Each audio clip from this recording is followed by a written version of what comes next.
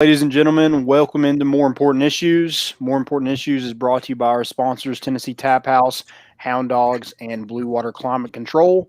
And here's our here's a quick word from our good friends at Blue Water Climate Control. People always ask, where did we get the name Blue Water Climate Control? When a Navy ship casts off lines, exits the harbor, and loses sight of land, that's blue water sailing. It takes a team of people to do that. Tireless work, focus, and attention to detail. So much of starting a business is just like that. After it's done, you get filled with deep satisfaction for accomplishing something. And it's quickly followed by, now the real work begins. We're Blue Water Climate Control. Are back. Yeah, they had us the first half, I'm not gonna lie. Oh, could be Wayne! I think I got my swagger back. Oh! I love it, baby! Them orange britches. Something about them orange britches. Tennessee wins! Ball by Tennessee to one Jennings. Jennings makes the catch. Ball hit high in the air into right field. Going back is Sayre. And Tennessee can say hello with column. A grand slam in the bottom of the ninth. You can't draw it up any better. We just won a basketball game, and we're very happy right now. I made up my mind. I don't expect to ever look back. I'm going to stay at the University of Tennessee.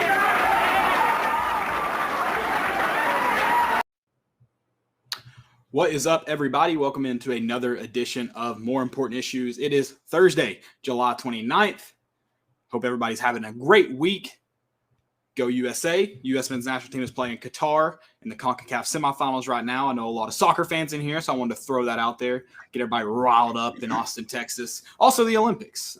Landon, last episode, said he wasn't a big Olympic guy. So we know where his loyalty lies as far as being a big USA fan. No, Landon, no. I'm a big Olympic guy. I'm just not a big Olympic guy when all the good sports are on at 2 a.m. That's a convenient excuse, and I do appreciate it. I do. We got a great episode, guys. We're doing position previews, starting those as football season is right around the corner. It's just a few weeks away. I told you last episode, I'm fired up. It was like, I don't know if it was just I've been sad as a Tennessee fan in general, football fan. Basketball and baseball obviously have been a different tune. But as far as football goes, I was like, I'm not excited for this season. I'm not excited. Sure enough, I'm pretty freaking pumped. I can't wait. And so we start those position previews, starting off with tight ends. We also have a special guest, speaking of baseball, VFL, currently with the Baltimore Orioles organization. I thought I was going to say Orioles wrong, and I said the city wrong. That was weird. Connor Pavolony, though, is going to join us later on and talk about what where he's at right now, his time at Tennessee, all that good stuff, and we can't wait to get him on. We've got a Tennessee basketball, got a new guy to the hill. I'm not even going to try to say his name. I'll let Landon handle that, but we will talk all about the new basketball roster as it has changed this week. We also got some NBA draft talks. A couple Vols going to hear their names called, no doubt. That's kind of been different. Kind of talking about MLB draft too, where you've had a lot of Vols going this year or Vol signees going too this year. NBA drafts change for Tennessee. What Rick Barnes has done with that roster and obviously not just Rick Barnes, his support staff too. And he's had a couple guys over the past few years that have actually left the program for head coaching positions. They just changed the landscape of what Tennessee basketball truly is. Not that Tennessee hadn't had some great players, but as far as just talent that translates, it's obviously drastically changed in the last couple of years. So that's been exciting to see, and you will hear some names called tonight. It's been a fun ride too. That is tonight, right? Yeah. Starts at 8. It's 8:05. Should have already. I can never tell because freaking Woj, how do you say his name? Woj is just out here dropping, like, it's not even fun. He's dropping bombs. It's like it looks like they're gonna take this guy, and I'm just like, dude, you already know. Yeah, no one's tight-lipped. No NBA organization is tight-lipped. Like, get out of here. Yeah. Hey, drop your questions in the chat as well as tell us where you're listening from. Love to know where you guys are at. I'm in Johnson City. Go Doughboys. Landon's in Knoxville. So we're covering the East Tennessee. Let's see if we can get the rest of the state as well as the rest of the country Brutus is. I got the Sunday cream on today. You got a little cream going on too. This is, probably just an old white shirt. It's a volunteer tradition shirt. No, I was talking about the bill. The bill. This is gold. Get out of here. That's kind of cream, dude. This is gold. Get out of here. It's bad lighting, I guess. I guess. All right. Well, and then we got our segments, of course. Let's jump right into the show, though. Let's start off with tight ends. This Tennessee roster thinks going to get some tight ends more involved. It took 8 different quarterbacks in the roster. Typically, especially now with the way the game's changed, you almost rely on that tight end to kind of be a safety valve. Typically you get guys who not only are good in run support, but if you want to get, have good tight ends, quality work at tight ends, not only good in run support, but are also good in the pass game. And Tennessee hasn't found great ways to utilize them as of recently, but that should change under Josh Heupel. It should add another element to the attack as far as offensive production goes. I don't know where this necessarily talent lies. Like, I don't know what the abilities will be of the tight end group. I do think there's some guys that could contribute enough, if that's the right way to say that. Yeah, I mean, you have guys that have played in this league, so I think that's a big boost. But yeah, I haven't really been utilizing the passing game. I think your most productive tight end up to this point that's still on the roster is Austin Pope, and he didn't even play last year. And that's not from a pass catching standpoint; it's from a blocking standpoint. And he wasn't going to return. He had originally entered the transfer portal. Some things changed, and he's back at Tennessee. Yeah, I think that's a huge get for this staff. I think it really helps that to get them involved. It really helps that your offensive coordinator is also your tight ends coach. I want to see him catch the football. I do too. But I think what Josh Heupel says, like if what he's saying is true, he's gonna utilize them if they can handle it, right? I mean, like if they don't make the offense any better, there's no reason to utilize them. Isn't that kind of like the first, bottom line of they got to be able to handle it? They've got to be able to be productive in the pass game. Sure, they've got to do some run support things, but as far as especially Josh Heupel's offense, they're not going to be asked to do a ton in the run game. It's going to be what can they do in the pass game? And that's who your number one guy is going to be. And that's kind of why I want to, as far as like who's the guy listed first, I just don't know if it's Austin Pope. Nothing against Austin Pope, but he hasn't been incredibly productive in the pass game. So part of me kind of hopes he's not the number one guy, because that means there may not be anyone that can be effective in the pass game. Yeah. And I wonder like how much of that was the previous staff. Yeah, because that's fair. He was, and this is, I'm talking about football in East Tennessee, and we all know like it's not Georgia or Florida or Texas, but he was a pass catcher in high school, played a lot of receivers. Sure. So I know he's formed his body a lot as he's gotten to the college weight room, and really, coming into college, he was a wide receiver. Let's be honest. Yeah, and like you said, that last staff, they kind of forced him to really, really change his body, because it was run first, pass second, whereas this one's opposite. And you didn't really have a quarterback that trusted throwing over the middle anyway. So I mean it was difficult from all aspects for the tight end standpoint. So I don't really know who is your number one guy. I think we would, if we're basing off last year, it's probably Princeton Fant. Mm-hmm. But when we change this offense, you mentioned a lot of it's going to be in the passing game. I mean, Jacob Warren has to come to mind too. Jacob Warren's kind of the first one that popped in my head, just because he did get some looks last year, was effective when they decided to start throwing to tight ends randomly with like 2 games left. So I think Jacob Warren's definitely up there. Princeton Fant. Apparently he's related to Noah Fant, so maybe it's Fant. I don't know. But yeah, I mean, his name definitely comes to mind. And then obviously Austin Pope carries experience with him. But I mean, I think you do have some freshmen that come in that are the size to do, be a tight end, and Julian Nixon and Trinity Bell. I don't know if they necessarily see playing time, but it is going to be who can be effective. And I don't, just with I think those guys that have been on campus for a while haven't necessarily proven it, at least on the playing field. Now, scratch the record. Like, nothing that happened last year really matters. It's a new staff, and like you said, they're just flat out looking for who can get it done. So I kind of think everyone's in play here, but I do agree with you with the two you named as far as potential starters. Yeah, I mean, I think if we're looking at an all-around tight end, I think Princeton Fant is probably gets the edge over Jacob Warren. But if you're looking for more of a pass catcher, it has to be Jacob Warren. I just think he's probably struggled a little bit in the running game. And then your best blocker is Austin Pope. So, I mean, it could be a number of guys. You had Miles Campbell, who was an early enrollee. That's got to say something. I know they were really impressed with him during spring practice. So maybe he throws his name into the hat. I think he fits probably that mold as more of an all-around tight end than probably the three in front of him. But the three in front of him have experience and have been in, they've been at Tennessee. They haven't been in this offense yet. So I guess from that aspect, he's kind of even with everybody. But, yeah, you get Trinity Bell and Julian Nixon. Trinity Bell, does he stay at tight end? If he's the fifth guy in that rotation, maybe he looks at the defensive side of the ball. He's a big kid. I think he's like 6'7". And then Julian Nixon played a lot of wide receiver in high school, didn't really play tight end. So that blocking aspect, I just don't know if you'll see a lot of it. But, again, if you're looking for a pass catcher, maybe he fits that mold. Yeah, there are guys that probably could see some moving around just to fit some needs for this team. So that it'll definitely kind of be interesting to see how they handle it. Graham Morgan, listening from Louisville, Kentucky via Union City, Tennessee, said, last great tight end, Jason Witten. Yeah, there's not really been any great tight ends at Tennessee. I would say I'm curious to see the stats. Michael Rivera was very, very effective in Tennessee's offense. Obviously didn't have the career Jason Witten had. It's kind of hard to match. It's like you can't really match a Hall of Famer. Right.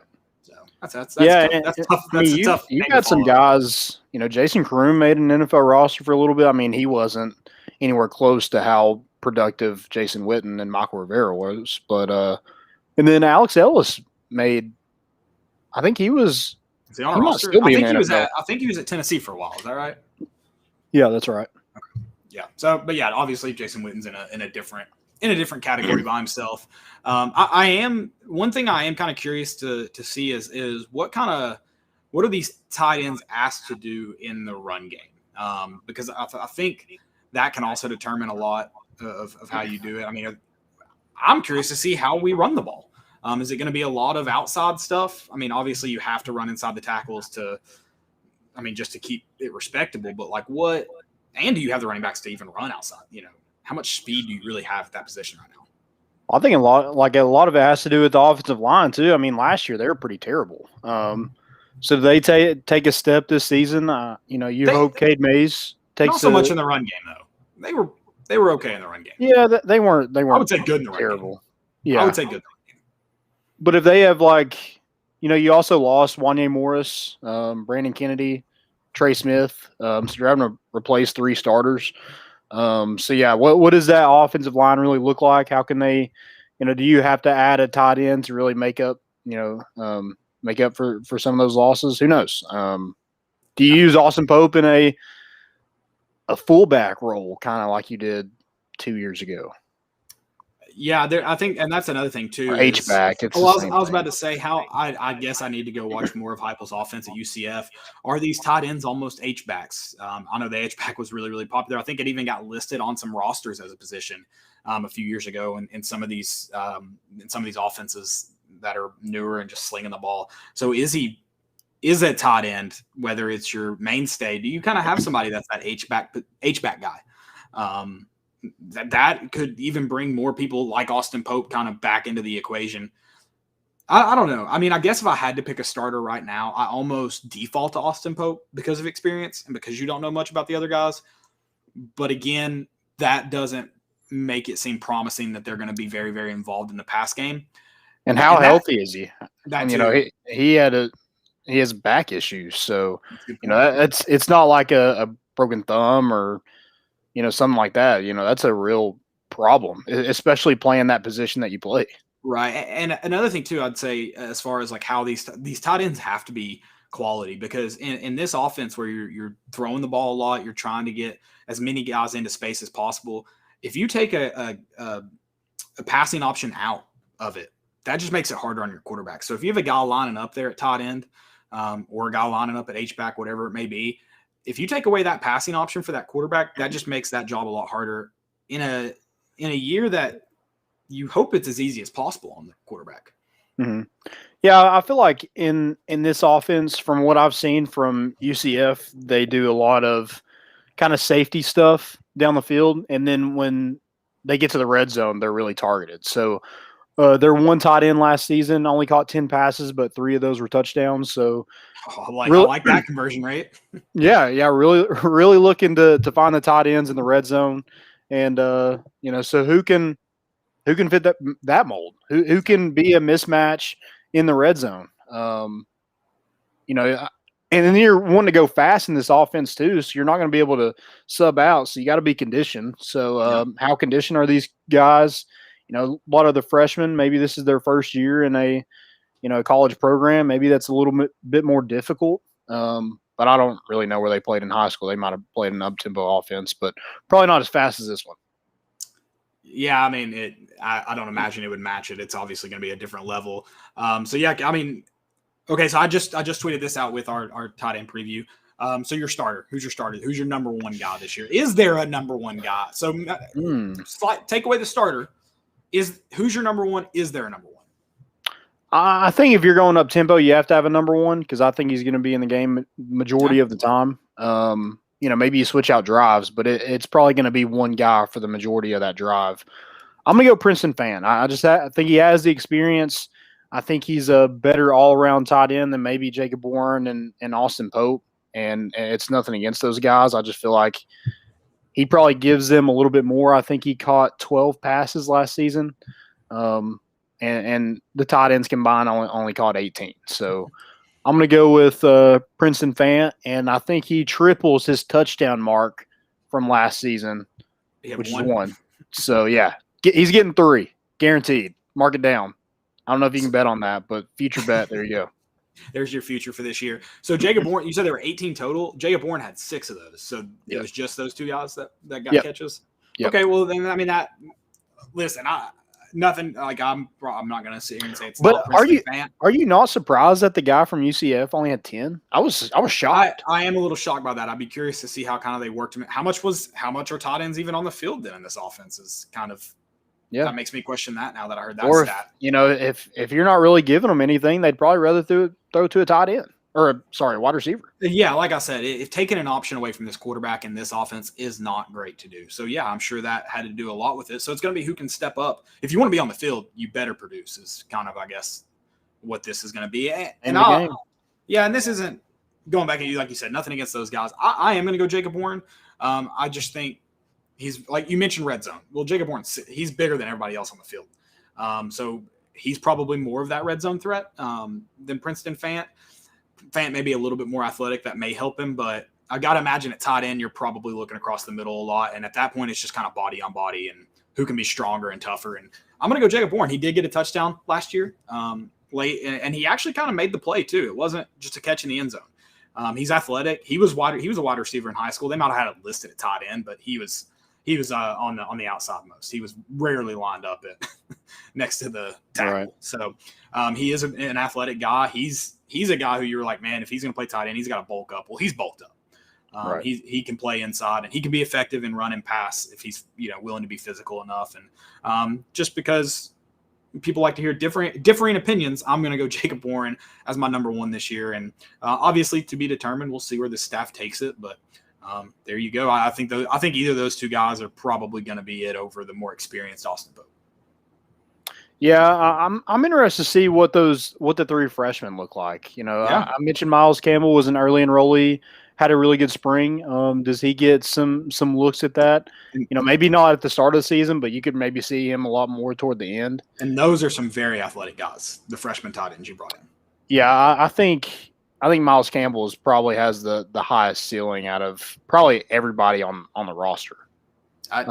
In terms of tight end, not just football, but so tight end wise. That may answer my next question then. Your most underrated guy. He may not be your number one, but maybe comes in late in the season. You mentioned Miles Campbell and produces, or maybe comes along later than those guys, whether it be game 3 or 4, and gives you a lot. Is it Miles Campbell? Is that your most underrated guy? And when I say most underrated, I don't mean like 3 or 4 years looking back like he should have started. Who comes in and maybe at your number one and produces this year for Tennessee? Because like I said, tight end's it's going to end up being a fairly important position in this offense. Yeah, I think it could be Miles Campbell. I'm going to go with Austin Pope just because I feel like there is a reason why he came back. He wanted to be a pass catcher or be utilized more as a pass catcher.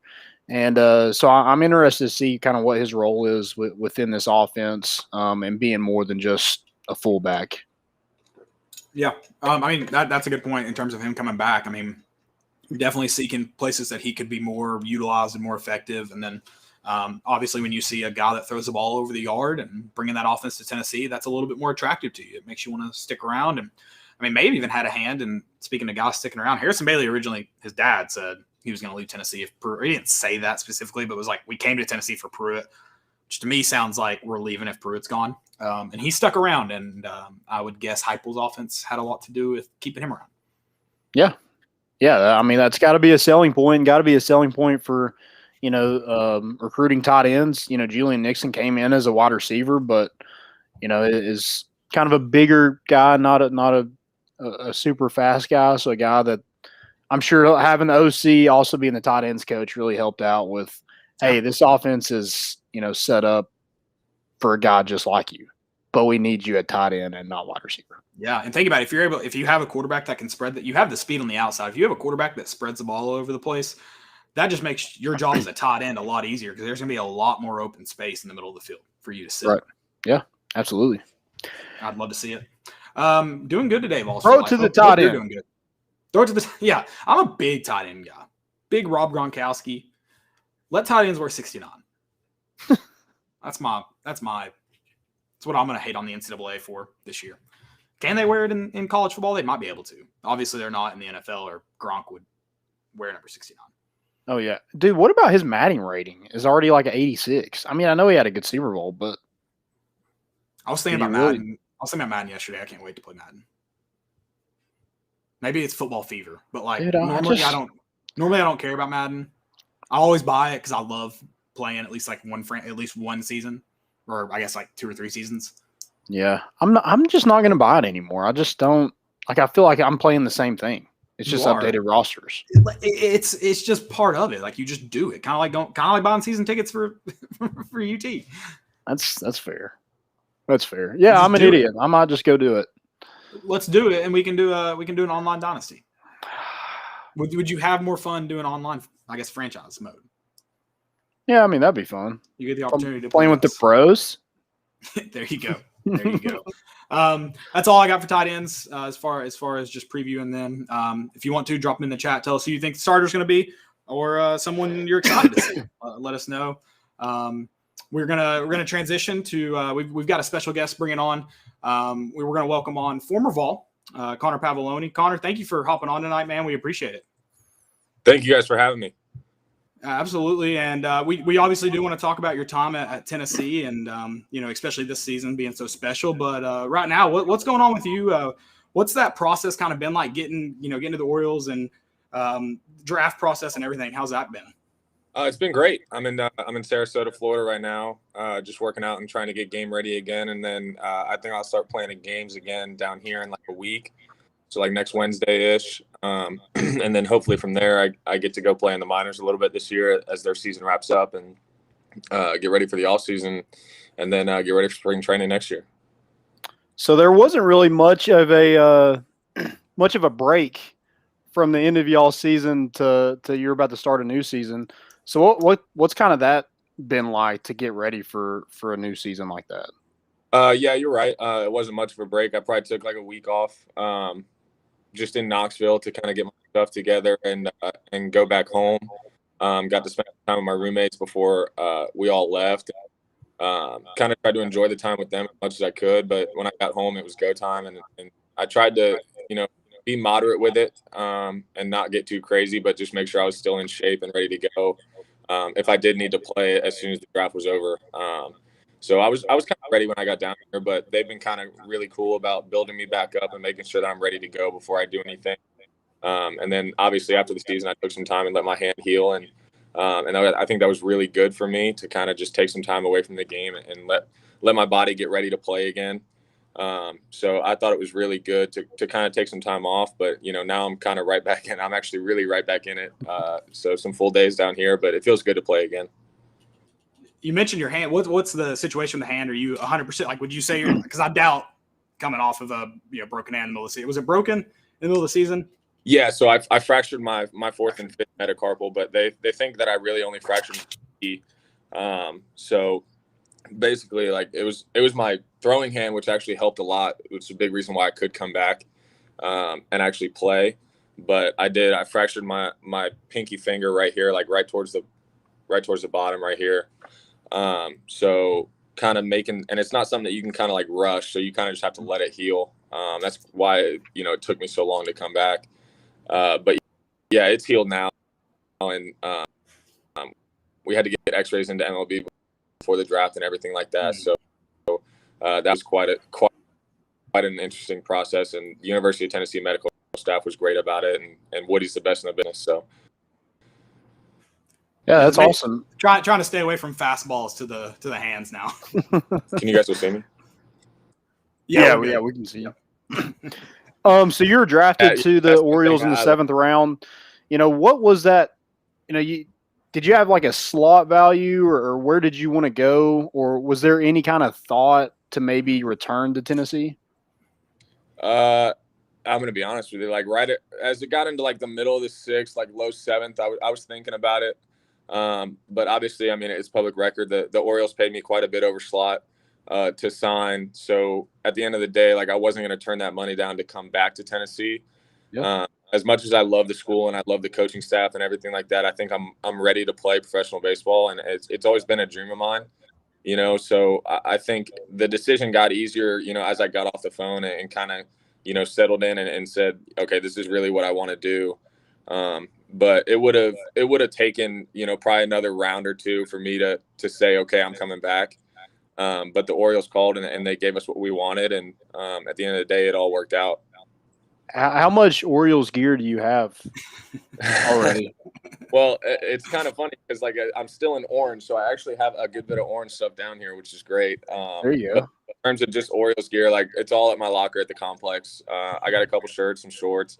I'll probably get some more stuff here in the coming weeks, but I'm kind of just trying to settle in down here. So it's just kind of basic stuff. Like, I have a good bit of shirts and some shorts, some stuff to work out in. But, when I get home and stuff, I'll probably get some more stuff to, like, wear around.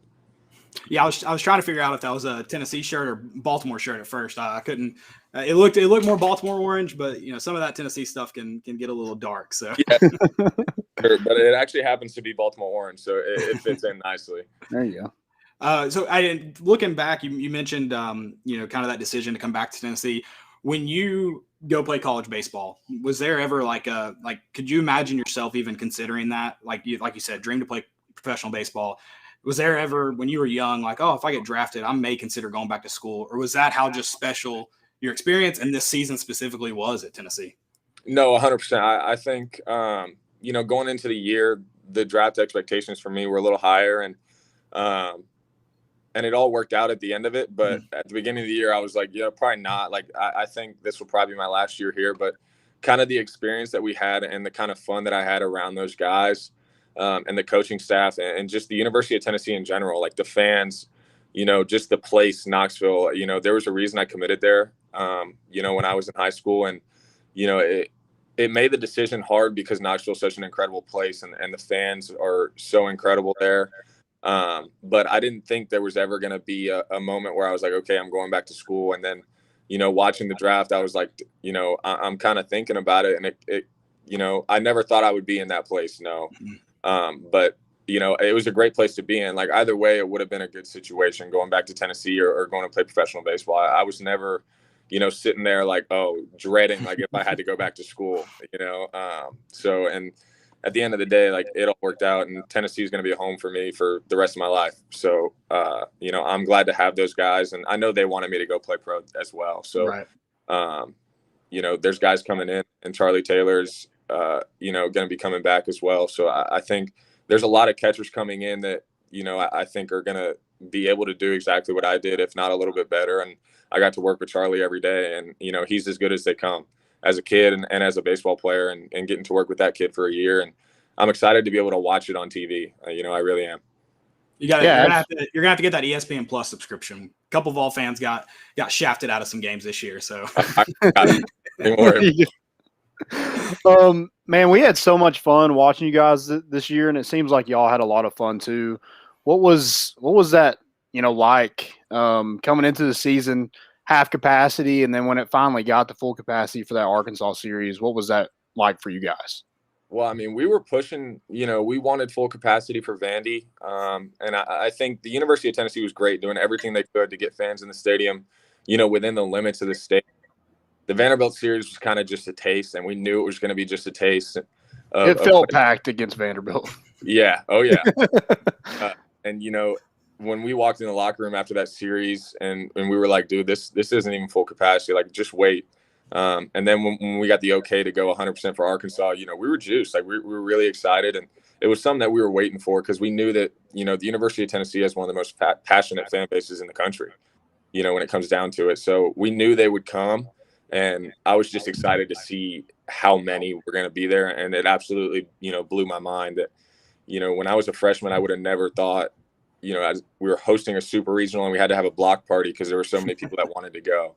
And that just completely blew my mind. My parents loved it more than anything. Like, my dad was out there tailgating with other parents and with fans as well. So, he was enjoying it probably more than I was, but it was cool. And, you kind of dream of that, and coming to college, you kind of want that, and you don't really get it, in the postseason, except for the University of Tennessee. Like, you'll get it in the regular season, and places like Arkansas and Mississippi State, established baseball schools, that's what Tennessee's becoming. And, when they build that stadium to be big enough to hold, as many as Arkansas or as many as Mississippi State, like, Tennessee fans are going to fill it. I don't think we'll ever have a problem getting Tennessee fans to the game if we're going to win. And that's what Coach Vitello does, is he wins. Absolutely. Yeah, he does that. And I mean, you mentioned Tennessee's passionate fan base, but it's also easy. It was easy to root for a team like you all. You all had the swagger. You had just the mentality that it was easy to root for. And then you mentioned the Vanderbilt series. A couple of coaches actually maybe took a shot at the fan base, maybe took a shot at you all and your attitude, mentality. What, you all don't shy away from who you are. Like, that was not the case. What was it like to hear those comments? Did it kind of, like, I don't think it put you all, and maybe just drove you all more, but what was it like to kind of hear coaches say that stuff about you all, whether it was direct or not? And how did it ever affect how you all carried yourself into those games, or did it just kind of amp it up even more, encourage the bat flips?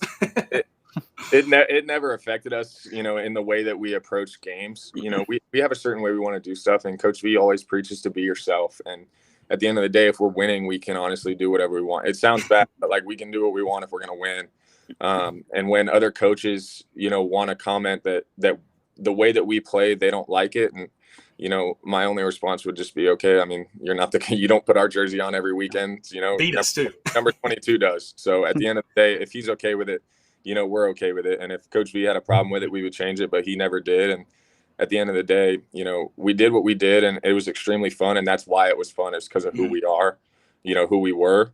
And we never shied away from anybody in the country, wanted to play, we would play them. And, we had fun doing it. We had fun together more than anything. I think there was so much skepticism about, like, we were so worried about, talking crap to the other team. That was never it. Like, we wanted to play for each other. And at the end of the day, if it got chirpy, it got chirpy. That's just how it was. But we never went into a game and we were like, okay, like, let's talk crap to this team for the whole game. Like, this is how we're going to beat them. Now, like, we're going to beat them on the field. And at the end of the day, if that doesn't work, it doesn't work.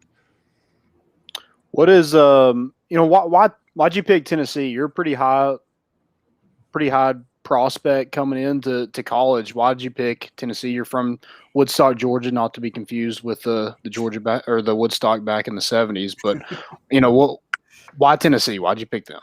I committed kind of early in high school. I think it was the summer before my junior year. But when I came up here my freshman year on a visit and saw the campus and saw the facilities and it was something that I really hadn't seen before, in terms of just, a school this big. I had been to Alabama and I had been to a couple other SEC schools, but Tennessee was the only place where I got here and I was like, okay, I feel like comfortable here. Especially with my parents. I told my dad when we got there, I was like, listen, like this just feels right to me. And at the end of the day, it was my decision, where I wanted to commit. And I said my freshman year that, this is where I want to go at the end of the day. So it was narrowed down to really Tennessee at the end of the day. As soon as I think I committed in like 2 days, like it was so fast. And so at the end of the day, like the people here, the place, Tennessee as a whole, I don't think you could really ever beat it. When you encompass everything into it, Saturdays in Knoxville are unbeatable. It doesn't matter where you go. I don't care, Death Valley, it doesn't matter. I don't care. I've been in Knoxville at night games. I've been in Knoxville at day games, and it's hard to beat a Saturday in Knoxville, but pretty soon it's going to be hard to beat a weekend in Knoxville for baseball as well. Absolutely. So I assume that means you're a big SEC football fan?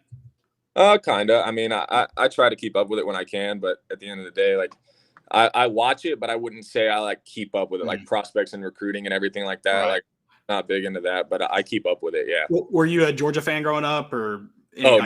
I've never really liked Georgia. I just never really got into like Georgia, not like against anything against them. I just never really grew. You can tell us it's fine. There are adult men that bark, so that helps not liking them. Me around an adult man that barks, I promise. So are you all for Texas and Oklahoma joining the SEC? Do you think that's good for not just football wise, but baseball as well? Oh, 100%. 100%. I think the more the better. And at the end of the day, like, Coach, when I talk to Coach V, like he's going to get to play Texas again, and I know he wants to. And so at the end of the day, like I think the more competition you build, the better teams you're going to breed out of the conference. So adding 2 powerhouses like that, not only in football, but they're both really good at baseball. If you look at it, Texas was in Omaha, but Oklahoma's been really good almost every year. They're just a consistent team. So at the end of the day, adding those 2 teams to an SEC schedule, like it's just going to make every team in the SEC better. Who are your favorite guys on the team? I know we saw the bromance with Max Ferguson and Liam Spence. Who's your guys? Well, my roommates were actually Max, Liam, and Chad and Cortland. Okay. So we had a really cool house, and I roomed with Chad on the road. So I'd say Chad is probably one of my best friends, but Max and Liam are 2 of my best friends as well. But it's kind of hard to beat the personality of Drew Gilbert. We saw that. Him on the field, but I promise you, he's the exact same way off the field. I promise. So it's kind of hard to beat seeing that guy at work every day because he's always got something new coming in. I think you guys have seen the hoodie with Coach V's face on it. Yeah. Yeah, that's a fan favorite. We saw the shirts, the third assistant. Yes. We saw that shirt with Kivett on it as well that he's going to debut. I'm not sure. I'm not positive, but he might at some point. I would love to breaking news on the show. I would love to see Q's face on a hoodie.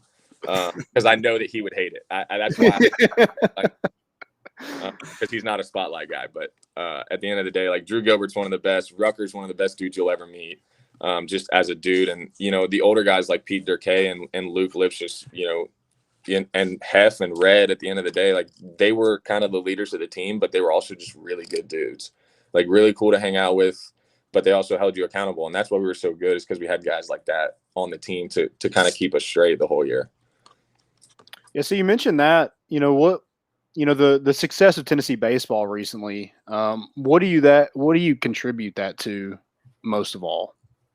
Just being ourselves and trying to play for each other at the end of the day. Like you can kind of see the kind of chemistry we had as the year went on, and it was just exciting to play. Like everybody loved to come to work every day. Everybody loved to show up to the field. And at the end of the day, we wanted to be there more than anybody. And we just wanted to play. Like we just wanted to be around each other and win. Everybody on the team loved to win. And it's awesome that we did it a lot. And a lot of guys can say, like, I love winning and then just not win. Like that happens. But at the end of the day, like we wanted to win so bad. And you could kind of see it. Like we were never out of many games.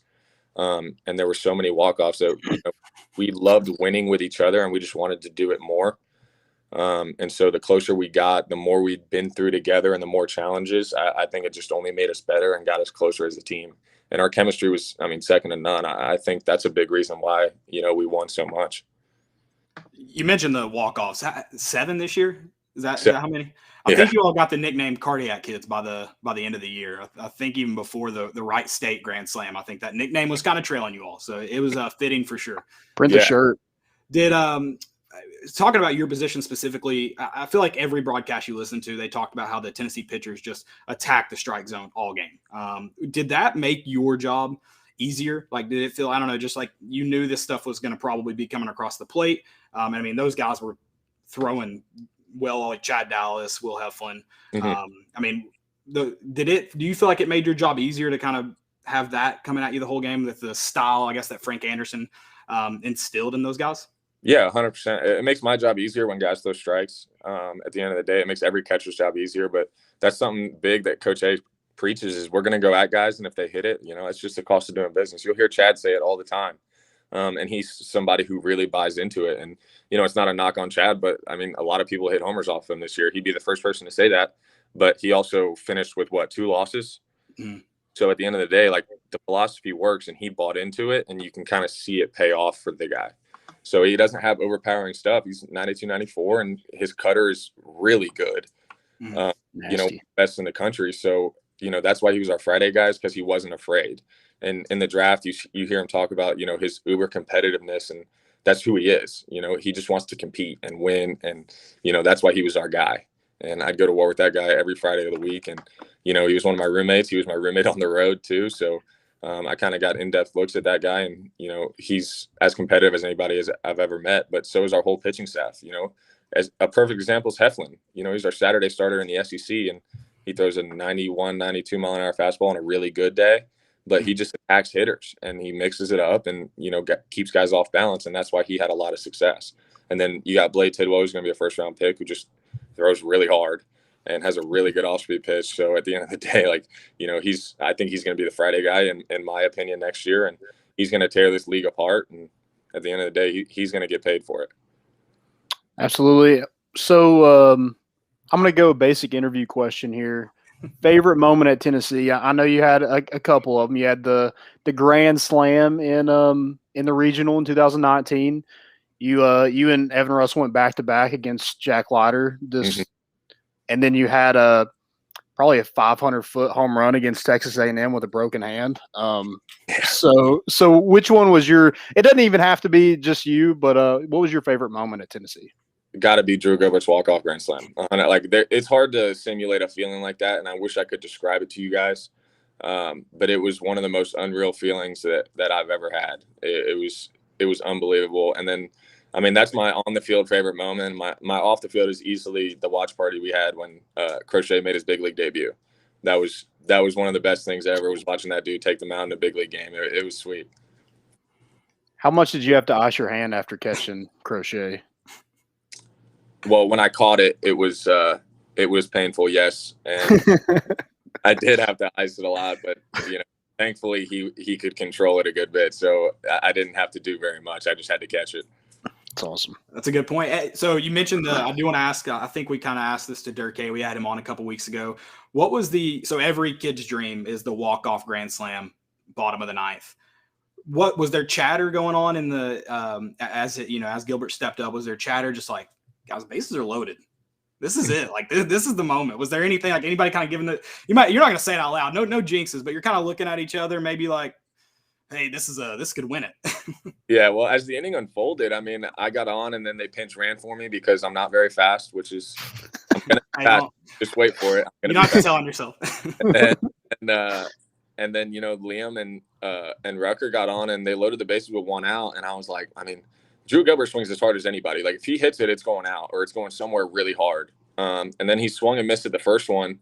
And a lot of people don't see how smart of a player Drew Gilbert is. But if you talk to him and you talk about baseball with him, he's actually really smart. And I knew that when he swung and missed at the first one, not only did I know they were going to throw him another one, but I knew that he was going to hammer it. Did I think he was going to hit a grand slam? No. Did I appreciate that he hit a grand slam? Yes. But I knew that he was going to hit it hard, and that's just the player he is. It's almost like he has a heartbeat. You can tell because he looks like he's freaking out, but he's actually pretty under control. Just a little energy ball walking on in the field every day, literally little. So I think at the end of the day, everybody was thinking it. Nobody said it. You can't say it. You can't say it out loud. Absolutely not. But at that point, I was like, I knew that we were going to make a run at the game one way or the other, because it was him. If you got Drew Gilbert out, then you had to face Jordan Beck, which is no easier. Yeah. So, I mean, at the end of the day, I knew we were going to make a run at the game, but I didn't know that Drew Gilbert was going to take one swing and just end it. Yeah, definitely a special moment. I mean, so many special moments in the season. Obviously last season sucked too, ending, and like you didn't get to catch a ton for Crochet. I'm expecting to. What was did you feel like getting to spend that week in Hoover, getting to Omaha? Did it kind of feel like this is a moment that every team kind of needs to experience? Like this, just like you said, Tennessee is a special place, but this makes it elevates it to new. Did it kind of feel like that? What was Hoover, Omaha like? I mean, I'm sure. I think Evan Russell was the one who said, he's like, this Omaha experience made me rethink kind of moving forward. What did that kind of do with your experience for your college baseball career? It was the best baseball experience that I had ever really been a part of. Just the trip out there, the way the fans were interacting with the kids and with the fans. It was something that like you can't really ever do again. Like it's a once in a lifetime thing. And I say that, but I also think Tennessee's going back next year. So some guys will, do it again, like Drew and a lot of the transfers that are coming in will be able to experience it for the first time. And I'm excited for those guys. But I knew about halfway through SEC play when we had a really good record. I think we were first in the East at some point, or first in the SEC, tied for it. And, I was like, this team has a shot. And I said it in the fall too. I was like, this team has a real shot if we can play it. Like we had the depth, we had the pitching, we had pretty much everything. And you guys haven't even seen Ben Joyce yet. Just wait till you see that. Like at the end of the day, we had the pieces to do it. We just had to do it. And so after the Vanderbilt series, I was like, okay, we can do it. We're just not there yet. To be elite, we just weren't there yet. And we knew it as a team. Like we said it in the team meeting. And then when we played Arkansas, I was like, okay, we're there. Like we're ready to play anybody. And then we went to the tournament. We lost on a very, very questionable interference call. And then ended up rolling off, 4 in a row to get to the championship, I believe, 3 in a row. Mm-hmm. And you have Camden Sewell, who has been a reliever all year, started and goes 7 innings. Like you just don't see that. And so I was like, after the SEC tournament, I was like, we're going to Omaha. Like there was no doubt in my mind we were going to Omaha. And I was just kind of trying to enjoy the ride. At the end of the day. And I was obviously hurt, so I was doing my rehab at the same time, but I was enjoying it, Yeah, that's gotta add to it. Going into the training room every morning's gotta every day. So what was that like? And I know I don't know if it's 100% yet or getting to it, but like percentage wise, what did that kind of look like there in SEC play? Because you did it in the Vanderbilt series. What was that like coming? You came back that next weekend and played against Texas A&M, where you hit that freaking bomb and that hitting barrage. I don't know where that came from, but y'all had 7 home runs in that one game. We had a lot. It is 100% now. It's healed 100%, which is great. That was great news to hear. And at the end of the day, I would go into the training room, and Tennessee was great about we got a bone stem machine, 2 bone stem machines. And, Woody, our trainer, is one of the best in the business, if not the best, in my opinion. And not only getting guys back, but getting them back better. And so Coach Q was great as well with, programming the lifts to where I could do them with a cast on my hand. So we kind of had to eliminate, using I couldn't pick up a weight. I couldn't really do much, but I could work out with the cast on. And Coach Q was great about that as well. So although I didn't play for 3 weeks, I never really took time off. And every week that went by, I was like, okay, let me take BP today. Let me do something today to show you guys that I can play. Cause that's what for the last 2 weeks, I was like, okay, I want to try this and this. And I even took BP on Friday at Missouri. And that was when I was just like, no, I don't think that was the first time that I said, no, I don't think I could play this weekend, was Missouri. And Woody thinks it was the flight that hurt it. But at the end of the day, that was the only time where I was in denial of whether I could play or not. And then the following weekend, I believe, was Arkansas, which I ended up coming back for, which was great. And so it was just doing bone stem every day. One of them took 4 hours to do one session, which was brutal. If you rewatch the Missouri game, I have it taped on my hand because I just didn't want to do it, in the hotel. So they were great about, the rehab every day. And I was in there, and for the first, I believe, like week and a half, 2 weeks, I wasn't practicing as either. So I just kind of had to sit there and watch his practice, which hurt a little bit, but it also kind of, made me want to come back more. But the rehab was great. And, Woody tried to take it as slow as he could. And I annoyed him. I know I annoyed him. I know he hated me for those 3-4 weeks. Every day I was just like, hey, Woody, I'm going to go hit today. And he's just like, just shut up. Like, and so, I know he hated me during it, but I think me having such a positive mindset throughout the whole thing kind of helped not only like heal faster, but kind of come back, without missing a beat, if that makes sense. So I never really took any time off. Like I was ready to come back whenever. So I think that was a big part of it, and just staying positive through the whole thing. Like I knew I was coming back before the season ended. That was big for me. Was knowing that I was going to play another game in a Tennessee uniform. Yeah, baseball is such a wild sport, and there's like, people complain about the unwritten rules. One of my favorite things that no one really talks about is the catcher pitcher hug after a win. What's kind of your go-to hug? Does it depend on the situation, or does it depend on the pitcher? Like, are you a dab and hug, or are you like do you pick up the pitcher at all? Like, what's that kind of like? No, it's usually a dap and a hug.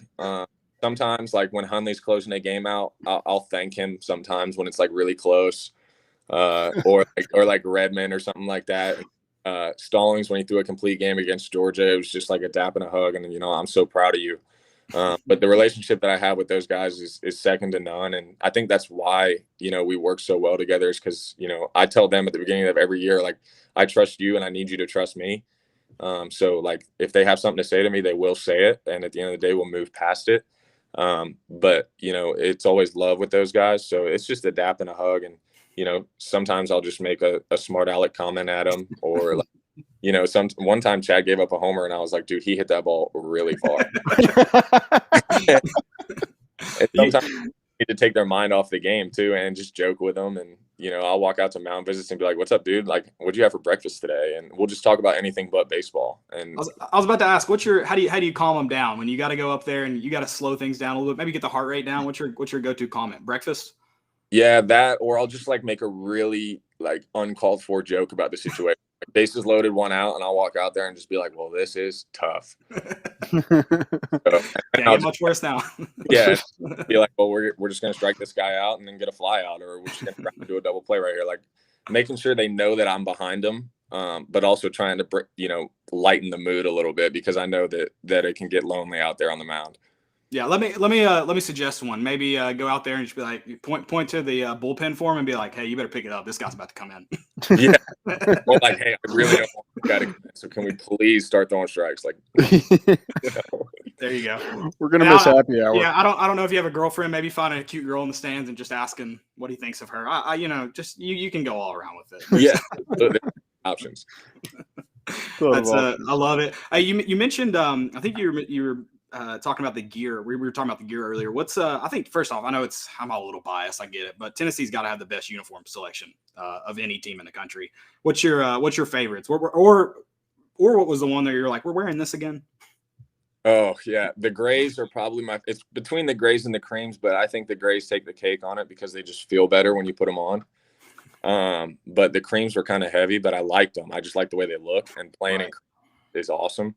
And then I don't think there was ever really a jersey. We got new jerseys this year, so they felt a lot better. The new Nike material felt great. So there was never a jersey where I was like, ooh, I really don't want to wear this. But I really did not enjoy the orange and the pins. Like the orange top with the pin pants was not my favorite combo. I'm not going to lie. But at the end of the day, like the jersey felt good, and that's really all that mattered. I didn't really care what it looked like. Yeah, those pinstripe jerseys are sick. I feel like the pinstripe uniform got underutilized as a whole. I want the orange pinstripes like the softball team has. Those are, in my opinion, the best uniforms in college sports. Those are sick. Yeah, I love those. We'll let Vitello know that from Connor Pavolony they're coming. Yeah, so. I'll let. There you go. I do too want to ask you. You kind of mentioned this too, like what you would tell a guy that's wanting to come to Tennessee. We had Kiv on before he left, and I mean, I'm not holding grudges, but forget him. We don't talk about him anymore. He talked about when he drove guys back after official visits, his kind of like tagline question was like, could you see yourself living here after college? And that was kind of, do you have like a selling point that, if you're talking to guys, or, you know, if you were like, hey, this is your decide, like, what is your kind of, this is how you know you should be at Tennessee? You talked about how special it is. Yeah, I mean, every time I would talk to recruits, it was never like, I'm not big into coaches like downplaying other schools to make their school look better. Mm-hmm. That was something that I really didn't like in the recruiting process, and it happens all the time. But when I would talk to recruits, I would say, listen, man, this is your decision. And obviously I play here, so I'm biased, but I also want what's best for you. And at the end of the day, if you go to a football game, or you even come to a baseball game now, like come to our super regional and feel the hair stand up on your arms when we score or when we hit a home run, and then tell me that you don't want to come here, then I'll believe you. I like that. You're a liar. Yeah. Yeah.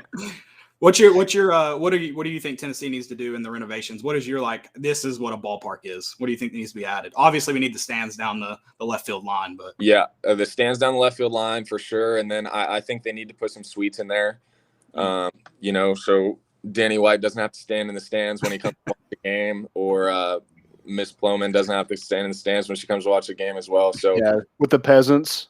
Yeah, exactly. Exactly. So at the end of the day, they're going to put I think they should put some suites up there, and I think they just need to wrap it around the whole stadium. I know it'd be tough with the road right there, but I think that'd be really cool for the stadium itself. But I do think the stands down the left field line needs to be the first thing they do, just so we can get people in the stadium.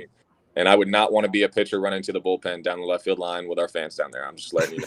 Yeah, put the legends down there. They'll be all over them. Yeah, I think would be brutal. I think the bullpen catcher for LSU, I think he ended up with a towel over his head by the end of game 2 there in the Super Regional. The cover, like, he just doesn't want to hear it, you know. It was great stuff. Well, Connor, we appreciate you hopping on, man. It's we appreciate your time. Good luck in with Baltimore and your future, and obviously appreciate your time at Tennessee, what you guys did to change the culture and the future of Tennessee baseball, and I'm excited to see where it goes as well. And of course, we'll be following along with your career, and good luck, man. We appreciate it. Absolutely. Thank you guys so much for having me. If you need anything, feel free to reach out. Go Vols. Absolutely. Thanks, Go man. Vols. Thank Come you. back and throw the first pitch. That'd be cool. Oh, trust me. If I can, I will. I will. No, in a second, I will. All right, man. Perfect. Have a good one. See you, brother. That was former Vol Connor Pavolony. We appreciate him hopping on. It's fun to hear about those guys' experiences. You don't get to hear them kind of really dig into those. Just so it's always great to kind of hear their personal experiences, and it's kind of neat too. Like Connor had some special moments as a Vol. You mentioned the Grand Slam in, was it 19? Yeah, the regional. Yep. He had some big home runs. Obviously, just a part of some big games, a ton of starts at Tennessee, and even his favorite. Like, part of me feels like so basic for being like, dude, my favorite moment as a Tennessee fan might be the Drew Gilbert walk-off home run, but like that's how special that moment was. Oh, dude, it was insane.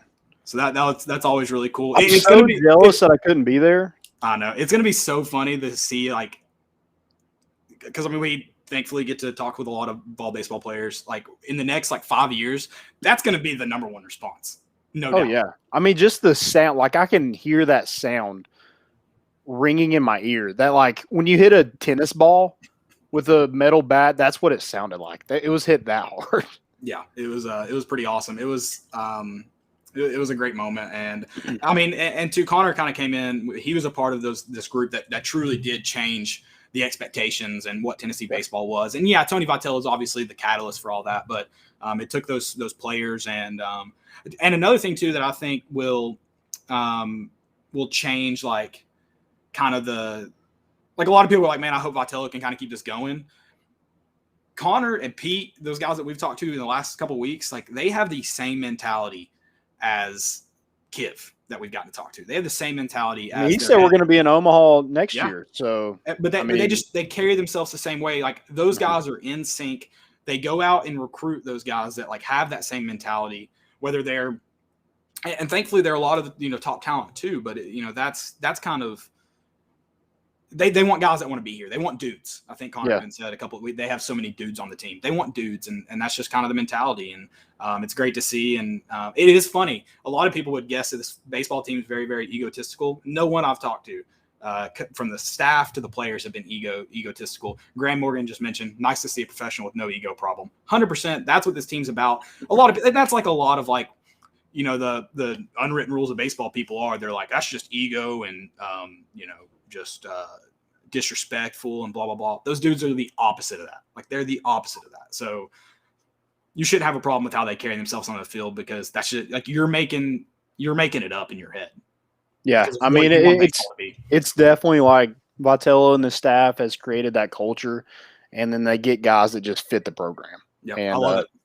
That's what you see with all these guys. You know, Pete, they weren't even in the same class, but yeah, those guys carry themselves exactly the same way. You know, both of them, you know, we asked their favorite moment, didn't say anything that they did. It was, you know, Connor did get on in that inning, but they mentioned it was a Drew Gilbert home run. You know, it was that season and in general, it wasn't, you know, anything they did. You know, they're in it with each other, and that's what made that team so special. I don't know if you'll see another.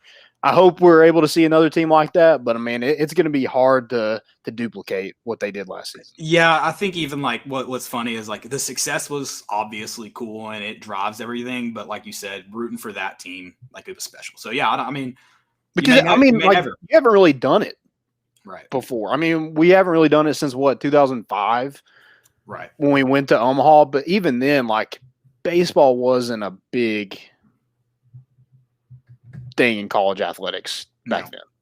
No. And it's picking up more steam, and I'm so glad Tennessee's on the top of it, because I think Tennessee fans desperately needed something to cheer for at that time, and you know, we got a pretty damn good thing to cheer for.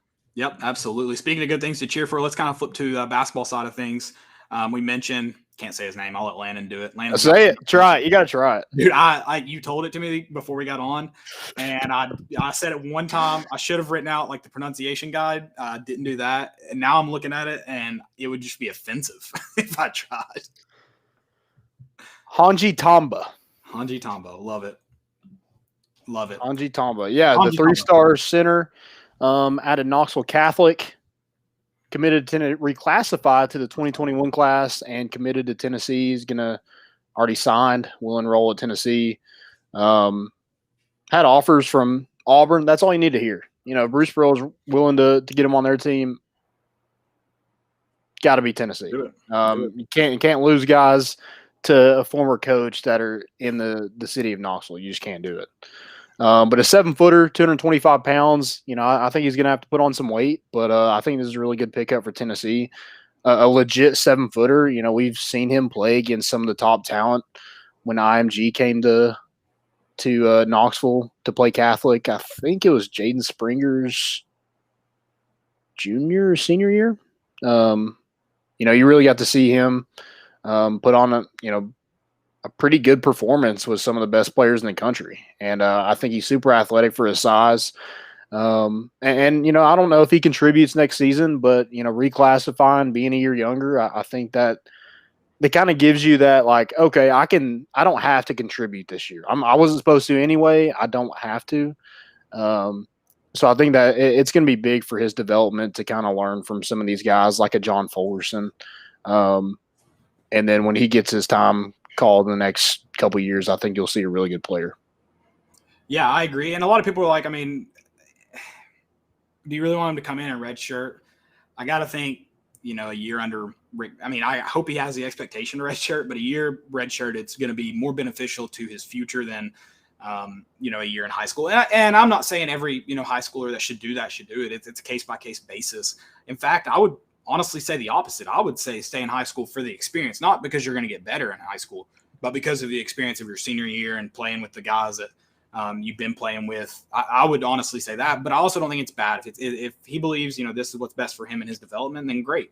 I do hope he has that expectation that he will be redshirted. I mean, there's almost no doubt in my mind. Yeah.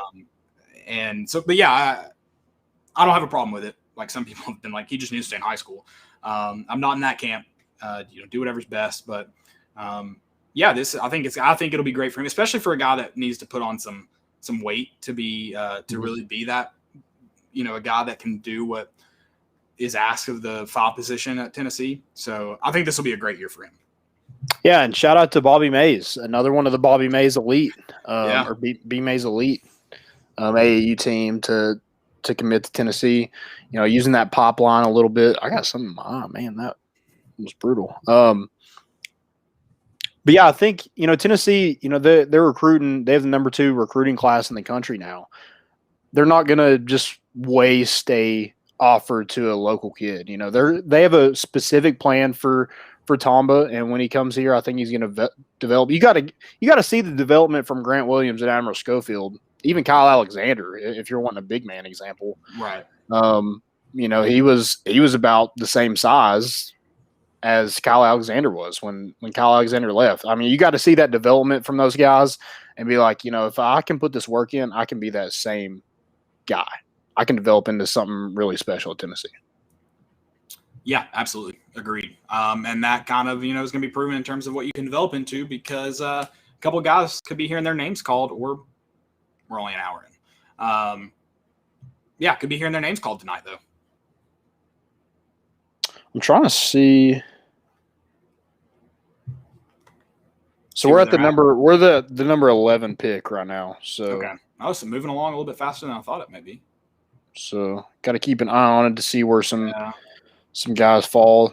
No guy's been drafted from Tennessee yet. It looks like got Keon Johnson and Jaden Springer are expected to be taken in the first round.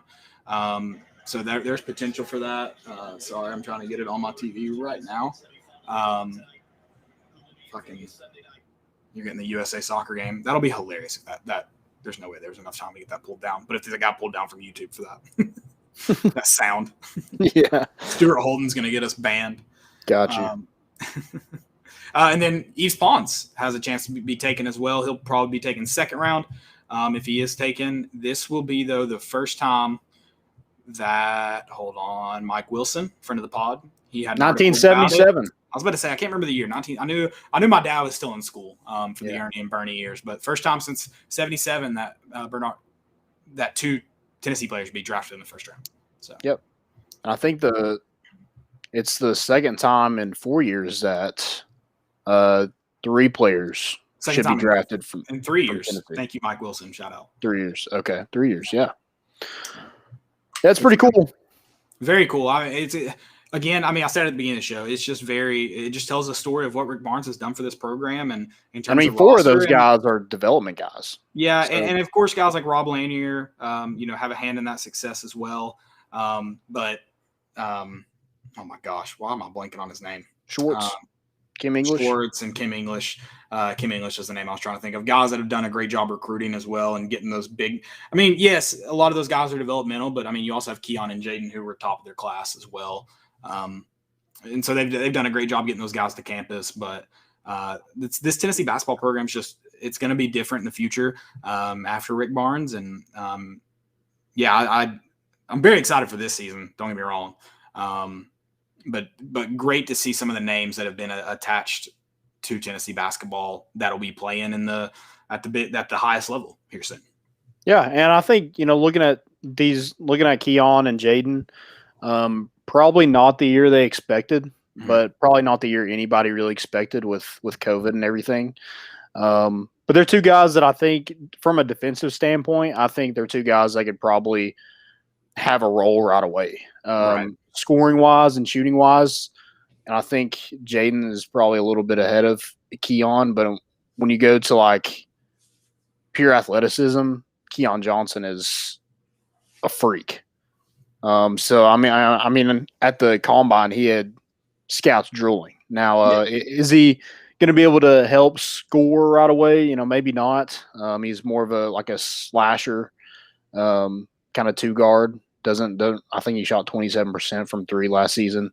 But a guy that, has all the intangibles to be a really good NBA prospect. Right. So we'll see where they end up. Hopefully they end up at really good organizations, and we'll see. It'll be tonight. Yeah. Hopefully. Yep. I guess hopefully. Yeah. I would expect to hear both of them tonight, but we'll see. No jinx. Okay. Anything else for NBA preview? NBA draft preview? That's all I got. I already won my first bet, dude. There you go. Did you take Cade Cunningham going number 1 overall? That was not even worth anything. What was it? I guess when freaking Woj tweets it, it's going to draft. Well, it was minus 1,500. It was signed, still delivered pretty much already. Right. I picked Davian Mitchell from Baylor. I picked him to go under 12.5. Oh, okay. I got that at plus money. So nice. Good bet. Yeah, he went 9th. So good bets only. Good bets only. Oh, good bets only. All right. Questions? Do we have any questions? I haven't seen any get dropped in the chat. I haven't either. Any popped up during the Pavaloni interview here? Nothing. Graham Morgan just naming off some of the great assistants that Tennessee's had or has. So love it. Great look. Guys, it's been a great episode. We appreciate it. We do have some segments we're going to knock out for you before we wrap this thing up. Yeah, let's get to it. If maybe you tuned in a little late and you want to listen to everything, you got to wait to go back and listen. It will be on iTunes and Spotify probably 30 minutes to an hour after this, or you can listen to it on your drive to work tomorrow. I did want to mention, kind of going back to baseball a little bit, Ryan Spikes did end up signing with the Tampa Bay Rays, so he will not make it to campus. It's not a huge surprise. I mean, he kind of doubled that slot value what he signed for. So yeah, he was. You hear Pavaloni talk about it, like that money, like there's no. It's almost like there's no reason to pass it up. Both of those guys got money that it's like made it kind of an easy decision, if you will. So. Yeah. When you're getting over that slot value, the organization wants and I think kind of expects you to take that deal. So he's going to Tampa Bay Rays. Not a huge surprise. Tampa Bay Rays kind of do that. You know, they're not going to waste draft picks because they're a small market team. And I think the Orioles are kind of in that same boat as well. Small market team, you know, they're going to utilize their draft picks. And when they draft somebody, they expect them to be in their system. Credence asked if there are any baseball commits we should be expecting soon. I mean, as far as like transfers and stuff goes, I don't know of any more. But I'm sure they would take a look at some of those top guys, and you know they just got that catcher. I think is really big for them losing Pavolony, Durkee, and Jackson Greer. Charlie Taylor does come in, so I think that's or does come back. He returns. I think he's playing in. U.S. just scored. Boom. And you made me. I was thinking USA, baby. Lost my train of thought. Oh, Charlie Taylor, he's playing in the same place where Kyle Booker is, I think, in California, in the California League. So, I think he'll be a pretty good player. As far as commits goes, I mean, these kids commit. You know, Pavolony mentioned it. He committed his junior year of high school. I mean, there's so many players all around the country. It's just hard to kind of pinpoint really a traction with baseball commits. Right. Wish I could, but yeah, it's kind of impossible. Because I mean, there's not like a big recruiting service that rates these guys, and like I said, there's so many, and you know, there's tons of showcases. It's not like they go to this one camp and you know all the 5 stars are there. You know, there's a lot of. And it's kind of region based as well. You know, tons in California, ton in Georgia, ton in Texas, ton in Florida. So it's hard to kind of keep track of baseball recruiting. But maybe one day, maybe you'll get to where football is. I think it's I don't know. I kind of hope not. From a. Did you mention just how early they commit to? It kind of makes it hard. And there's like unwritten rules of college baseball recruiting. You may or may not have seen a Tennessee coach get into it about it this year, but like when one guy commits, you don't really pursue him anymore. So there is some kind of things to baseball that make it maybe difficult is the right word to follow it beyond just lack of exposure. So. Yeah. And that's kind of why I don't want to get to the point of football is with all the decommitments. I mean, how many times did Tate Martell switch commitments and decommitments? And then, you know, in college, he kind of did the same thing. So I hope it doesn't get to that point or have a graphic of a team and then later on the video you commit to another team. If y'all know who I'm talking about, there you go. But I'm not gonna say his name. But yeah, I hope it doesn't get to that point. That'd be great. Right. I do want to know as far as Tate Martell. Speaking of him, where's He's at UNLV. I know. When's QB1 coming back out? They filmed a season, but they haven't released one since. Yeah, wasn't Spencer Rattler on it? They did. They did. Yeah, I remember that. It's the season after that they didn't release for some reason. Or haven't released it. There was another quarter. There was a big time quarterback on it, but I forget who it was. Yeah. I don't know. Yeah. Okay. Well, in that maybe case, Caleb Williams, was he on it? I don't remember. I need to go look it up. I was reading about it, and there's a reason they didn't release it yet, but I can't remember it. I think it had something to do with maybe some investigations going on by the NCAA. There you go. Cool. Yeah, no, it makes it exciting, doesn't it? I thought you were about to say some NIL deals. No, that's another thing though. That guy that's thinking about reclassifying for Ohio State. What is keeping high school players from capitalizing on NIL? Like, shouldn't it be the same deal as college football? It's their name, image, and likeness. Like Tita Bustable or whatever state organization shouldn't be able to say no to that. Yeah, that's kind of my thought too. Is like, you had that one kid. He was a kicker at UCF, right? Yeah. And he couldn't be on the team because he was getting paid professionally. If you're already getting paid coming in, why can you get paid in college, but you can't when you're in high school? Yeah, I think there's no way, right? I think they should. Yeah, it doesn't make sense to me. I'm not like saying high school players should get paid, but like, I mean, if they get offered it, what's keeping them stopping them? Yeah, I mean, I don't understand it. Whatever. I'm sure it'll be a thing here soon. Walter Nolan with the Bojangles. No comment. I'll never. Or some Wild Wing Cafe up there off Emory Road. I'll never understand it, man. Never understand it. We'll see. We'll see what comes. You mentioned it. Interesting to see what comes of it. Yep. I don't know. All right. Well, what's trending? What do you got going on here? I've got my first one. I've got a cease and desist. It's back. It's going on. Big 12 sent one to ESPN. Apparently, they're meddling in the SEC affairs. Well, it looks like it's a done deal. SEC approved it. So 2025 right now. Yeah, I'm like, so the Big 12 is not going to be on ESPN at all. They just, right? I mean, after that. Oh, I don't know. Can they do that? I would. I don't know if they can do that. But they do have contracts, though. That's the thing. They have contracts. So what does the contract not say? You can't send me a cease and desist letter maybe somewhere? You can break it. Maybe you can break it after that. I don't know. There you go. Yeah. Maybe. Big 12 just sucks. I mean, they're dying. They are dying.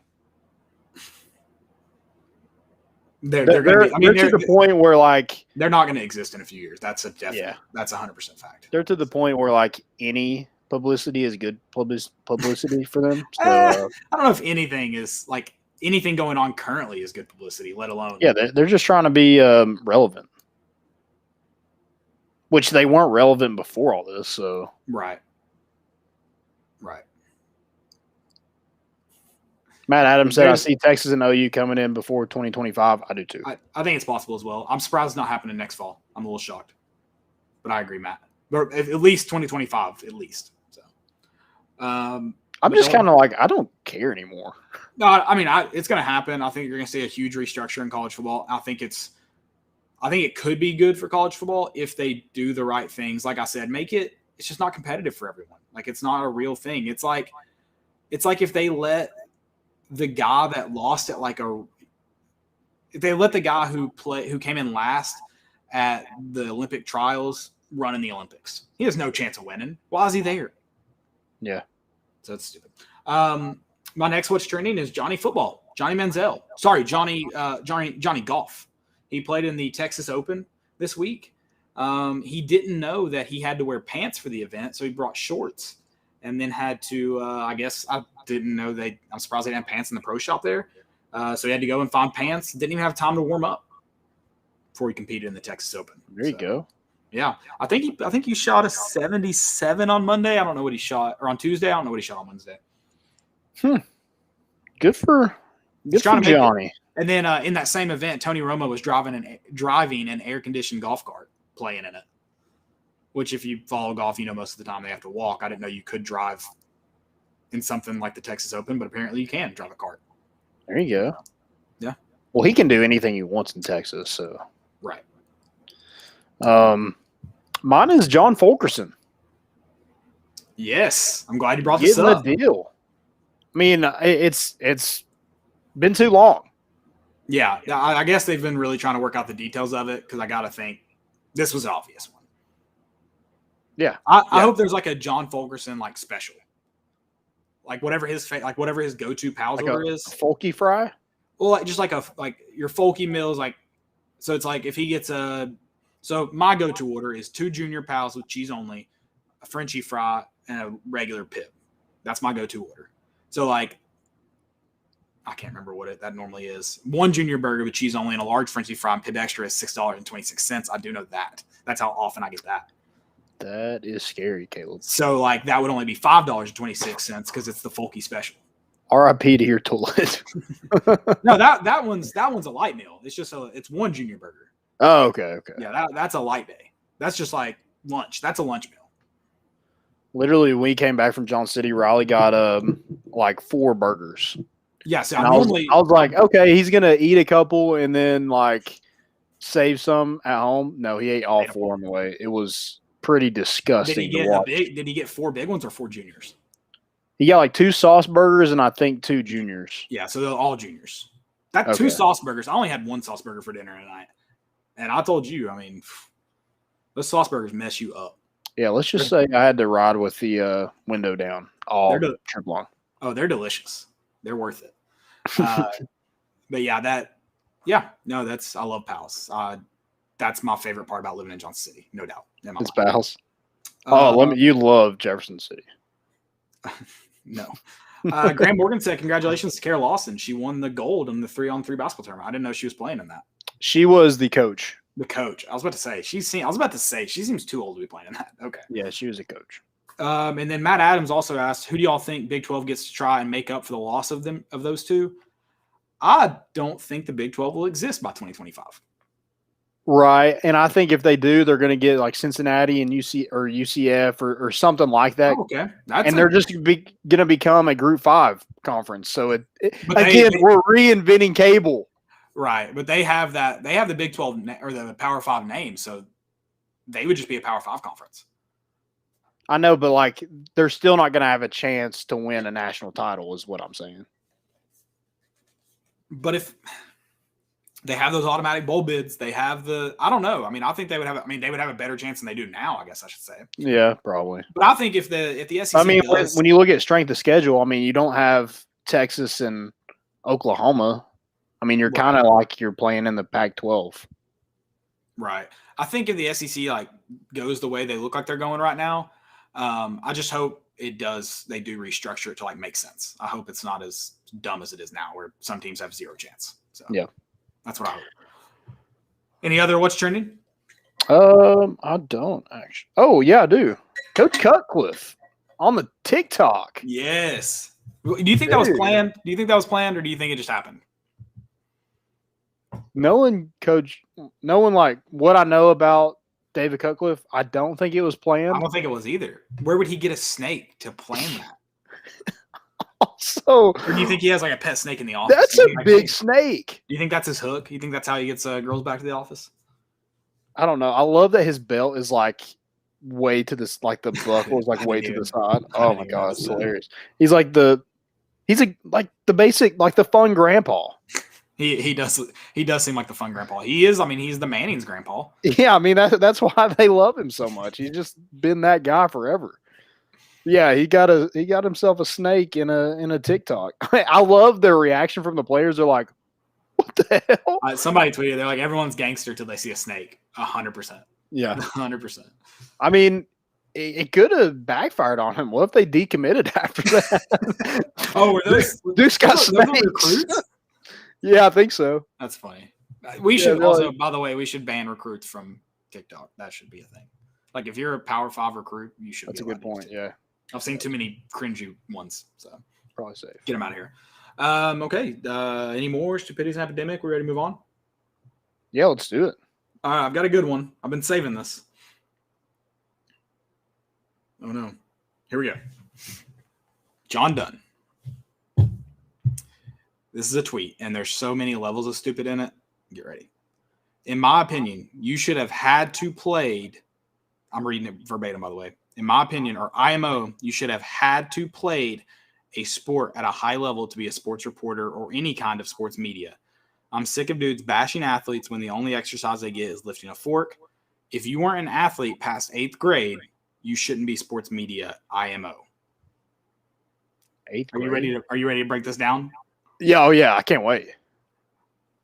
I don't think you should. I mean, we can talk about people being stupid. I think the whole you should have had to play a sport to be a sports media member or to be a reporter or to be, anything involved with talking about sports is just an absurd comment. And you say that, and you actually played sports, so it's not. Yeah, like but I don't. But I also don't consider myself to have played at a high level. By the way, I don't consider that. Well, dude, you played past 8th grade. You're right. That's a good point. But I don't consider myself to have played at a high level. I do consider myself to be very, very interested and involved in sports. But there's also people who didn't play football or soccer or anything at all, or basketball at all, the sports that I did play, that know a lot more about it than I do. So to assume that is just incredibly stupid. To be like, oh, they didn't play past 8th grade. So that's just incredibly stupid. So again, just breaking down the levels of stupidity, this tweet. And then I hate the women shouldn't be able to talk sports. I hate that because there's a lot of women that know more about sports than I do. So yeah. Obviously it's case by case. And just like every guy, there's guys that have played football and soccer at a higher level than me that I would consider myself more intelligent than when it comes to the sports. So it just varies. I'm sick of dudes bashing athletes. No one should be able to bash athletes if you're not actively playing the sport. So it doesn't matter whether you played at a high level or not. It's incredibly dumb if you're not in their position to just throw around bashing. Last one, 8th grade isn't even close to a high level. Yeah.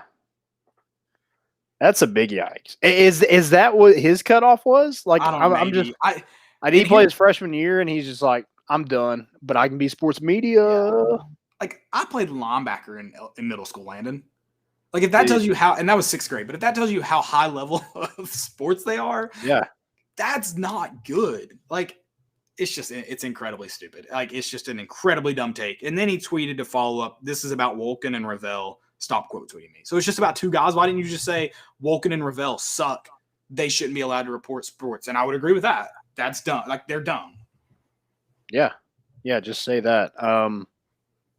I mean, I played in college, if you would consider it playing. I was on the team. But I don't even, it was Division II. I don't even consider that a super high level.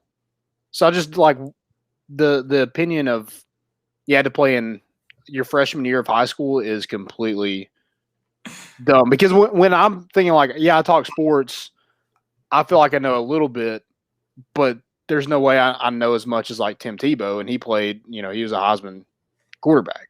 Right. And also there's guys who played freshman football, played probably all 4 years of football with me, unfortunately, that never even looked at a playbook. So if we're just going to talk about levels of knowing football, there are guys that started with me that and probably and were better than me.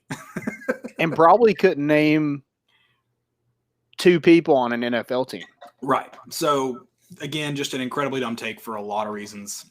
And that's not just because they're some of them might be that dumb, but they just don't care about sports. That's true as well. I mean, there's guys at Tennessee right now, I'm sure, that they're like, maybe we have to tell them to play every chance we get. Yeah. Just the way it is. So just that take is, and I always think that take's dumb. Like, the people who are like, women shouldn't be allowed to talk sports. I'm like, that's just what? I mean, a woman didn't ask, who was it? Is your mom with us? Oh my God. They asked JaVale McGee. He's like, JaVale McGee. He's yeah. Like, what kind of question? And someone's like, well, what was the follow-up to that? And I'm like, there's not a good follow-up to that. There's not. Apparently it was about her playing in the Olympics, but it's like, she did it whether she's alive now or dead. Yeah. Yeah. And dude, when you're doing a press conference, if his mom is still alive. I'm not sure. Is your mom still with us? My mom alive? Yeah, she's still alive. Yeah, I didn't. That's a weird question to ask somebody. That's a weird question to ask somebody. Also, the reporter sounds hammered. And I'm not bashing people who talk sports drunk. That's pretty much my whole life. But he sounds hammered. But like when you go in the press conference, I feel like you have like one question that you're about to ask, and you replay that question over and over and over again. If you're Eric Kane and you're smart. Yeah, there you go. Yeah, just have the whole conversation, just you and him. Yeah. Shout out Eric Kane. Kane. That forever. Shout out Kaner. Yeah, that was dope. For so many reasons. He got D2 football shout out. He there asked you questions. I loved it. You got to find a way. Yeah, you got to dig. He's got to find a way to win some football games next year. You got to find a way to get your 2 questions off in a press conference. But yeah, asking if that's mom's still with us. Every time we have a guest on, that's my first question. Well, dude, like, still with us? What I want to know is like, what if he said no? Like, what was he gonna do? Just all right, never mind. Like, what? I would love to hear the follow up. I mean, not that I think it'll make it better. I'm just really interested to know what it was. If he said no, this guy's wearing a shirt that says "Make Texas a Country Again." You don't want to do that, bro. We almost lost you the first time. Yeah, easy. We'll take it one step at a time. You're already moving to the SEC. We don't have to go all out. If you're going to be a country again, that means you're going to be Mexico real soon. Yeah, that's what it just have to go. It's a process, man. That's how the NCAA is going to happen again. It's just going to be in Texas, the country. There you go. You have stupidity? We could have done a whole show dedicated to that one tweet. How just that was. Yeah, that was bad. That was rough. Man, I really thought I did. That's unfortunate. I'll kind of say this. It's not really a stupidity, but I think the people freaking out over it maybe kind of slowly roll a little bit. The home field lineup, and you might have a different take on it than me, but like I didn't see anything. I was just like, man, that's awesome. Besides the Vol Navy shirt, I wasn't super impressed. I definitely wasn't impressed by the price and then shipping on top of it when you can, literally go to the Vol shop in Alumni Hall for free. And then the guy kept trying to sell the shirts wearing an Indiana shirt, just not a great marketing. No, that's not a great marketing tool. I gotta agree with that one. I don't know. Like, I don't know what people expected. I didn't expect like anything crazy different. Well, the way they're hyping it up, like I expected a lot more. I'll say that. Well, I mean, that's their job to market it like that. I think there will be some creative designs, and I also did notice that they do make their own shirts. So it may be something about this shirt too. Like it's their brand of shirt. It may be Gildan that they took off and branded themselves, but it is like their branded shirt. So they may be really comfortable. I hope they come out with some good hats. I don't know. The Indiana thing was not a great look, but yeah, they have teams all over the country. So, but yeah, I would agree. Just wear the Tennessee shirt that you're selling. Yeah, kind of weird. But yeah, I just didn't expect a ton out. Like, I think it's one of those like faux outrage things. Like people were like really excited, and then some people were just like really mad that people were really excited. Because I was like, I don't know. The Vol shop is just recreating shirts right now. It's not like they're coming out with anything like brand new. Right. And I guess that was kind of it just wasn't anything that we really haven't seen. I will say this. Shop local. Because, yeah, they are pretty much the same. So shop local when you can. Yeah. There you go. Shop local. And also, it's cheaper. No free ads, so I'm not going to mention their name until they pay us. But that one place down off Cumberland. Yeah. I mean, they didn't send me or you a free shirt. I haven't gotten anything. I've spent a lot of money there, and I've not gotten anything from them. Yeah, so, it's pretty. I'll gladly say your name whenever given an opportunity. But for now, no free ads. We mentioned a lot of brands on here. I'm going to stop doing that. I'm going to you're going to send a cease and desist? Like on like reality shows when they like, obviously they have a lot of people that like, because they don't know what they're going to wear. So they either like blur it or they have them wear like black tape over it. That's what I'm doing. There you go. Yeah. So even like Nike, we just have like black tape over, like if we were wearing like free ads. Phil Knight, hit me up if you want to. God, I said it. I'm sorry. I'm terrible at this. Nike's different, but no free ads. No, not anymore. That Can't say that either. Crap. You get it. No more free ads. No more free ads. Dude, but you did get me excited earlier when you talking about the tailgate. I know we're kind of going a little bit over, but dude, you made the hairs on the back of my neck. It sucks. We won't be able to do it, the Thursday game. Well, are you gonna be able? Are you gonna try to? Are you gonna be able to? I'm not. I can, yeah. I can throw a little something together. Yeah, and then the next home game after that's the nooner. You got to work on Friday? I work Thursday, Friday. Yeah. Are you coming in for it? No. Damn. Yeah, so I've got 2 tickets. Well, my brother should probably go. Never mind. Also, I have 2 tickets. Fate. Speaking of that, anybody gotten there? I know Landon said he hadn't. Anybody gotten season tickets yet?